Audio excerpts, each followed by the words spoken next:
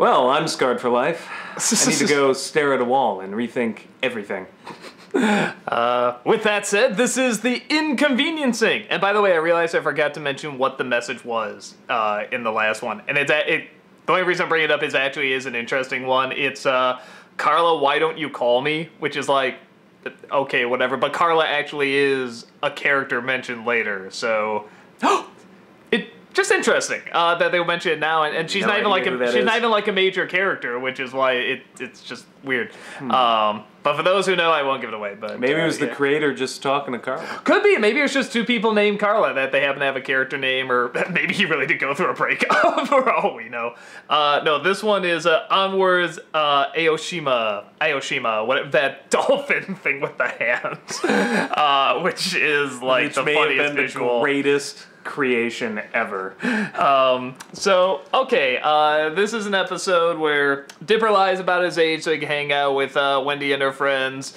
And their gang of stereotypes. Yeah, pretty much. And they go into this closed down convenience store where apparently this murder happened of the owners, but it's haunted, and all sorts of weird stuff starts happening, and the only way to stop the ghost is to reveal he's actually not a teenager, and he has to do this really ridiculous sheep dance that seems to satisfy the ghost. At the end, Wendy doesn't give away that he had to do the dance, and they still keep a little bit of a friendly relationship together.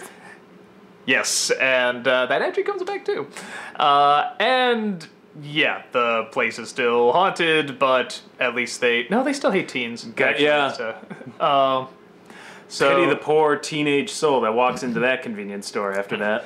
So, yeah, the only other thing I noticed in terms of like a little Easter egg is that their names are literally Ma and Pa. I thought that was funny, like a Ma and Pa store. But yeah, this is definitely... It's like that rap music kills them. Yeah, it's like, homework's dumb and tucking in your shirt isn't cool. And they're like, oh! And they die. It's the Disneyest rap song ever made. Yes. So... That is, I was saying earlier, that is one thing about this show, and I know this is going to sound insulting, but so be it, but I'm like, occasionally I just look at it, I'm like, man, the show's too good for Disney. It's like Gargoyles. It's kind of like you see the name Disney attached to it, and you're just like, oh yeah. Like, I forget that, like... Disney's getting a lot better, honestly. They are. I mean, but they're always going to be schizophrenic, because there's always going to be really just the bad Disney Channel stuff, and then you get shows like this, and it's just like, wow. Like, I wouldn't have guessed. Like, if you took the word Disney off this, I would never associate this with Disney in a million years. I feel like they're going through some sort of metamorphosis right now of, like, really legitimately good, smart stuff. And maybe, I don't know, this other generation is coming in and taking over, and maybe they're just becoming more lenient, or I don't know, but they don't seem as... Like, there's always going to be that tyrannical overlord-ish thing, but at the same time... You do what I tell you, goddammit! But at the same time, they seem much more lenient and much more accepting of the creativity and the humor again. Well, I guess technically especially to make fun of itself. I guess technically they're running us, and we're still here, so... Yes, so... I'll say you see a cancel sign. But I think Disney's great. Nothing wrong with it at all. That's right! You shut the goddamn mouths! So, I don't cheese for you. but no, I really mean, like, the past 2 years especially, it just seems like something happened. Like I said, with like Wreck-It Ralph, and Frozen, and Gravity Falls. We're very much in that. We're in that Little Mermaid to Beauty and the Beast territory. Yeah, it kind of feels that way. Because we hit a lull for the past few years. Which I think Disney does, honestly. I mean, you look at, like, after Disney died and stuff. Any company does. Yeah. And TV does, and, like, I watch anime all the time. Like, been watching anime for, like, 15 years now. And you'll always get some years where you're just like, man, there is really nothing good out. And then you'll get some years where it's like, holy crap, you'll get 3 years in a row with all these amazing shows. Everything comes in cycles, and Hollywood movies, and Disney, it was the same. They had... You know, their 80s stuff was kind of dark and gritty, but after Disney died, you could tell there was this really confused slump. They didn't know quite where they were going or what they wanted to do. And the 80s was sort of fun for me because it was kind of experimenting. You got some weird, dark, gritty shit. Not always good, but... And then, yeah, they hit, like, Little Mermaid, Beauty and the Beast, the Disney afternoon, and around the same time started kicking in DuckTales. And then it started to Gummy Bears dip again. Yeah, and, like, really they dead kept, for a while. Yeah, they kept that going till about... Then we had Pixar. 90s, yeah, about 96, when Pixar rose, as Disney was like, which, I mean, I know they were owned by the same people at the time, but, you know, the different divisions of labor, like, obviously Pixar got really hot shit and Disney started falling, and now... I'm not saying Pixar is falling. They've had a couple of ones that didn't impress me much, but Disney's definitely back on the rise again. And, like, this, to me, is, like, more evidence of it. So, it's a fun episode. I think the only way I can figure out to get away with a lot of this stuff is that they do sort of emphasize these morals of always tell the truth, always be true to yourself. Yeah, sort of the traditional Disney morals. It's like Animaniacs, though. I think some of it's just under the radar. Yeah, it could be too. A lot of the jokes, I'm just like, yeah, they're bad if you think about it, but they kind of just come and go so quickly that you have to have, like, a sick mind, and... Yeah, they don't put too much focus on it. I mean, it's made for us. We just instantly are just like, like, but to a kid, it could go right over their head. Yeah. Or it could be one of those things like it's trying to appeal to people our age who may end up having to watch this with their own children. Yeah, I so think we're that's like, a all big right, part those too. jokes are funny. But you know what? You know what I like? They're not... what am I looking for? They're not hip cultural jokes.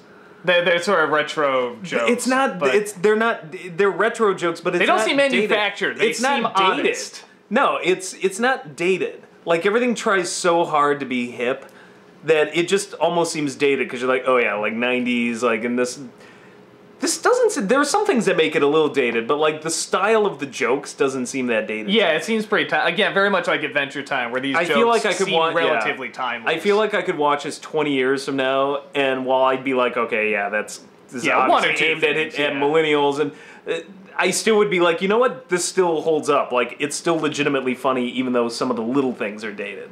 But, like, some cartoon shows I watch nowadays, I'm just like, oh man, this is just painful. Like, yeah, I thought this was cool when I was 10, but now I'm just like, oh, this is such 90s kid kind of like. I'm just like, oh. So. But yeah, in terms of the episode itself, it's the first episode we have more of an emphasis on Wendy and sort of what she's all about. Yeah, this is where we can sort of talk about her a little bit more. I mean, the character, there's nothing wrong with her per se, but it is very obviously like, oh, love interest. Like, you're going to be the love interest. And the only character, to me, that's more annoying than the one who's obviously just a love interest is the one who's obviously the third part of the love triangle in the love interest. Oh my and God. that's the Robbie character. I'm doubly insulted because his name is Robbie, and he's a total fucking douchebag. I hate the Robbie character, not because you're supposed to hate him, it's because that's the only reason he's there, and he's... Poorly written, uninteresting to watch. Not even a good design. Not even a good... I don't like... My problem with Wendy is I feel like she's some sort of hipster millennial creation. Like, the chart said, throw in a character like this. That said, I don't find the character really offensive and in your face. Yeah. Like, I've seen worse, but it's not a character I'm like, I'm gripped. Like, the two kids I could watch all day. Uncle Stan I could watch. Wendy's just like, yeah, here's a random teenage character that appeals to this demographic. But her friends, though, just like... I don't know, I just get bored, like, whenever they're on screen. Like, none of them, at least yet, seem... I think the most interesting one was the fat guy doing the Dance Dance Revolution Me too, that was my favorite. And that was the guys, best. just so you know, my mother was saying, don't, hurt the ceiling. Yeah. Say, punch the ceiling. So of course, punch the ceiling. But, it's like, I actually like that guy the most. Yeah, but otherwise, the rest of the friends... are pretty forgettable. So boring, yeah. If they don't come back, the only one that comes back is Robbie, who of course is like the most irritating. Well, I remember the video game episode is the one you showed me. And yeah, and I hated him in that, but then again, there's kind of like a catharsis in that episode with him. So. I will say, like, he comes back a few times, but it's not like, not to a point. It's like, I think they get the idea. It's like, oh, okay, less him, and they sort of get rid of him. That's the only part of the show so far that seems weak to me. That's where I start to, like, there's always the invisible hand that controls everything, like, in shows.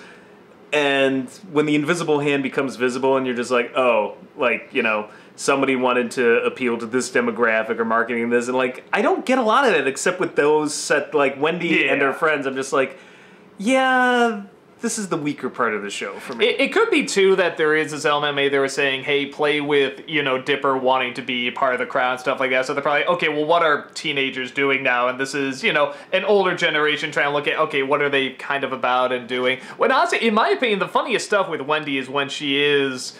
very much sort of that frat girl thing. It's just like, hey, hey, it's off the chain and stuff. Like, she'll suddenly do, like, this weird voice or just, like, cheer something really stupid. It's like, see, to me, or that line at the end, it's like, well, I think I'm scarred for life. I'm just gonna look at a wall and rethink everything. So anyway, yeah, blah, blah, blah. And it's just, like, totally forgotten. It's, scenes like that, I think, make her a lot of fun. And there's a few times in the future where it's like she does a legitimately cool, badass thing, but I feel like it's one of those things, like...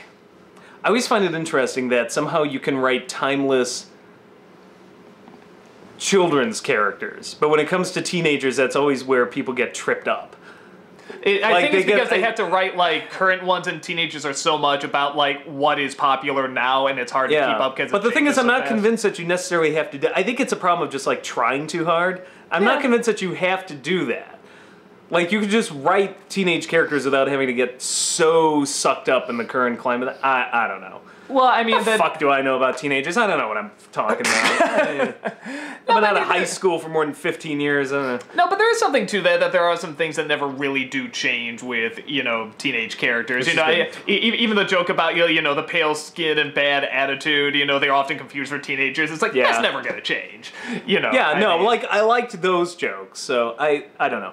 It's the only thing that's weird. But even then, it's not like, oh, I can't watch it. I mean, it's just, like you said, yeah, it's no, I still watch this episode, and I thought it was hilarious. Yeah. The sugar rush. Yeah, that's the best part. The eating the hand.